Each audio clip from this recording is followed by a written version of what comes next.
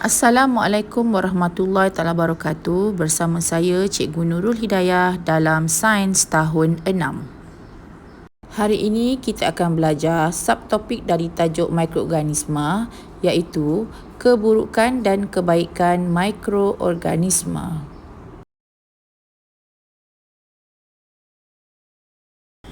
Kesan buruk mikroorganisma yang pertama ialah menyebabkan penyakit berjangkit.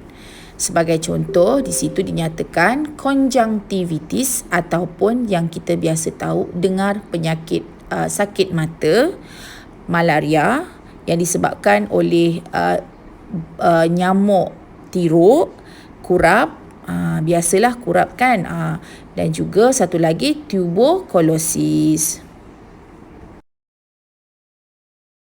Kesan yang kedua ialah menyebabkan makanan menjadi rosak disebabkan tidak balas mikroorganisma. Kalau kamu tengok kat situ, berlaku perubahan tekstur, rupa, bau dan rasa.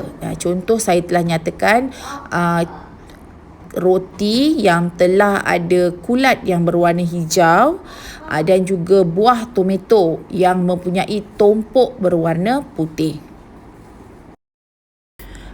Baik, kesan buruk yang ketiga menyebabkan kerosakan pada gigi ya. Bagaimana dia berlaku? Bakteria yang ada dalam mulut tersebut telah menukarkan gula dan kanji yang dalam makanan kita ni kepada asid. Dan asid ini yang menyebabkan pereputan kepada gigi. Sebab itulah kita perlu gosok gigi 2 kali sehari. Baik. Kesan buruk yang keempat ialah menyebabkan keracunan makanan. Kamu pernah dengar perkataan salmonella ya? Bakteria salmonella ni biasa kita jumpa pada makanan yang sudah rosak ataupun makanan yang belum masak, yang akan membiak dan akan mengeluarkan toksit di dalam usus, boleh menyebabkan keracunan makanan. Okey. Walau bagaimanapun, mikroorganisma juga mempunyai kebaikan. Pertama, dia penting dalam pembuatan makanan. Contohnya yeast yang biasa digunakan dalam penghasilan roti, tapai dan juga tempe. Kemudian bakteria ya digunakan untuk membuat keju dan juga yogurt ataupun minuman kultur yang biasa kita minum tersebut. Kebaikan seterusnya dalam penghasilan antibiotik dan vaksin. Contohnya, apa kegunaan ya antibiotik dan vaksin ni? Untuk menguatkan sistem imunisasi badan ya, untuk menghalang pertumbuhan mikroorganisma yang ada dalam badan kita yang menyebabkan penyakit. Macam sekarang ni kita biasa dengarlah vaksin COVID-19 ni, okey. Okey, seterusnya mikroorganisma juga baik dalam penguraian bahan organik ataupun kita katakan baja organik, di mana mikroorganisma ni dia akan mereputkan tinja ataupun najis ayam, najis lembu ataupun najis kambing yang digaulkan dengan serbuk kayu. Jadi perbuatan inilah yang akan membentukkan baja organik. Kamu juga sebenarnya boleh buat ya baja organik sendiri di rumah.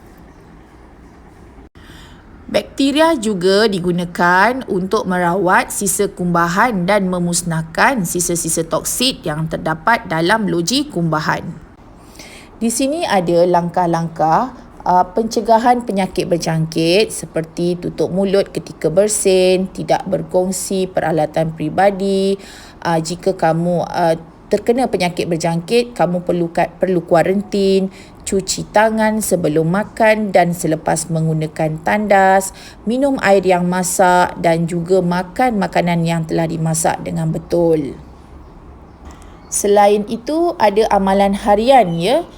Untuk amalan harian yang boleh kamu lakukan bagi mengelakkan penyakit berjangkit, seperti pastikan persekitaran rumah sentiasa bersih, mandi dengan sabun, memakai pelitup hidung dan muka, menutup makanan daripada dihinggapi lalat, sentiasa mencuci tangan dengan sabun dan sentiasa elakkan daripada individu yang sakit. Sampai di sini saja perkongsian cikgu pada hari ini. Terima kasih kerana hadir dalam kelas sains pada pagi ini. Pastikan kamu siapkan tugasan ya. Assalamualaikum.